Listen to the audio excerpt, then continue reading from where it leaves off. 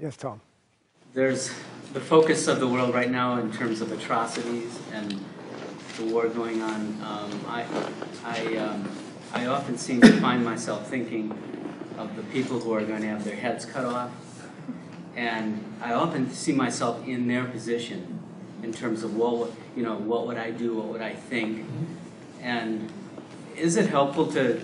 I'm not sure what to think in terms of, you know, did these people choose to be in each other's dream? Is that helpful? Or is it helpful to just to say, what's my reaction? And what is that business of me trying to put myself in their place and thinking I have the sword over my head? I mean, Well, I think the latter thing, I think, is part of just a death wish, you know, and to die a brutal death that's not your problem. I mean, not your cause. I mean, someone else did it to you. Otherwise, in terms of your other question, Tom, I think what's really important is just not so much that you kind of metaphysicalize what's going on over there, which is a made-up word, but really just kind of focus on your own reaction. And when you do that, don't do a big analysis either. I think it's normal when you identify with the body, as we all do, that when you see some of the beheadings, or you read all the atrocities that are going on in Iraq or elsewhere, not to be affected, and to be easy on yourself when you get affected, you know, without doing a Course in Miracles trip on yourself. You've all heard me say that, you know, the wisest course of action that anyone could take is to avoid Course in Miracles students. That includes yourself. Try to avoid yourself when you start pontificating on the Course to yourself, because that's not helpful. You know, I think the simplest thing is to say, yeah, it's normal to have a reaction, and if you don't make a big deal about it, it'll go away. The external problem won't go away, but your dis-ease or disquiet will go away. Again, that's the idea of the Holy Spirit's gentle laughter. You know, you don't deny the effects. You know, perhaps you come in tears. You don't deny the effects, what you're reacting to, but you do ask for help to kind of not take it seriously. And what helps you, certainly, is the intellectual understanding that this is all part of a larger dream. But in a sense, you don't want to hit yourself over the head with that when you're feeling something. So, Judy? Can you give us a sense of what compassion would look like in Tom's scenario? Compassion would be not only for the person who's been beheaded, but for the people who did it. I mean, it would have to be that. I mean, that's what true compassion is. True compassion does not exempt anyone. So if you're feeling sorry for someone who's been oppressed, victimized, beheaded, then it must be something you would share, a perception, as I was saying earlier today, a perception you would share with everyone, including those who did the beheading, including those responsible for evoking such rage in the world that would lead to such beheading, including. You know.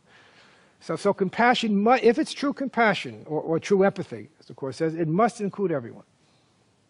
And so just be aware that that's not going to happen today, and go on with your life. You know, don't make a big deal about it. You know, that's what I was saying earlier. Don't make a big deal about being a Course in Miracles student. You know, don't be serious about the Course, because then you're taking the tiny mad idea seriously. You know, you certainly want to read it, you want to study it, you want to practice it, but you want to do it lightly, easily, not with a heaviness that comes when people make the ego real. So when the Course tells you that true empathy is aligning with the strength of those who are involved, would that really mean that just acknowledge the fact that they have a mind? Yes, and it's what it means there basically in that passage is like the strength of Christ in them. But I think what is implied in that is what you're just saying, the strength of their mind to choose the strength of Christ, but they're being so afraid of it that they choose the weakness of the ego. And when you choose the weakness of the ego likes to kind of pound its chest and say, "Me Tarzan, you Jane, and I'm going to victimize you." And you realize that weakness masquerades as strength, and the weakness is a defense against the mind's strength to choose against that weakness and choose for the strength of Christ. And realize that same opportunity, that same split mind is in everyone. That's the key thing. It's in everyone. That's the key word. It's in everyone. It's in all people without exception. That's what really makes the practice of this course so difficult. That God's love is all-inclusive. Jesus' love is all-inclusive. Therefore, any love that's going to go by that name in this world must also be all-inclusive. And then forgive yourself when you want to exclude. So if you love or forgive one person, you have to generalize that throughout the sonship. Right. I kind of never really thought about disliking. You know, I could think about disliking one person, but I can't think of disliking everyone I know. But that's basically what I'm doing. Right. Just scratch beneath the surface a little bit. The dislike doesn't come from one of the effects. The dislike comes from the guilt in your mind. And if there's guilt in your mind, then that's what you project out indiscriminately. So it's not just one of the particular fragments that you dislike, because the dislike is not coming from the fragment or the situation here. It's coming from the guilt in your mind. And just as forgiveness is universal in the split mind, so is guilt universal. You know, as I've said other times, everybody has the same ego system, 100% hate. Everyone has the same Holy Spirit thought system, 100% forgiveness and love. And we go back and forth. So when you're in one, it's total, whether it's forgiveness or guilt or hate. Okay. Yes, Mary?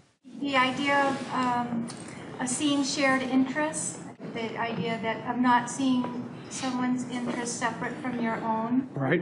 And that's always a really hard one for me to know in practical terms what that would mean. But then I think I heard you say to not take seriously someone's attack on me or someone falling in love with me. Is that the same? Is that what not? Right, because what that means is that you're going past the ego that is in them, also recognizing the same ego is in you.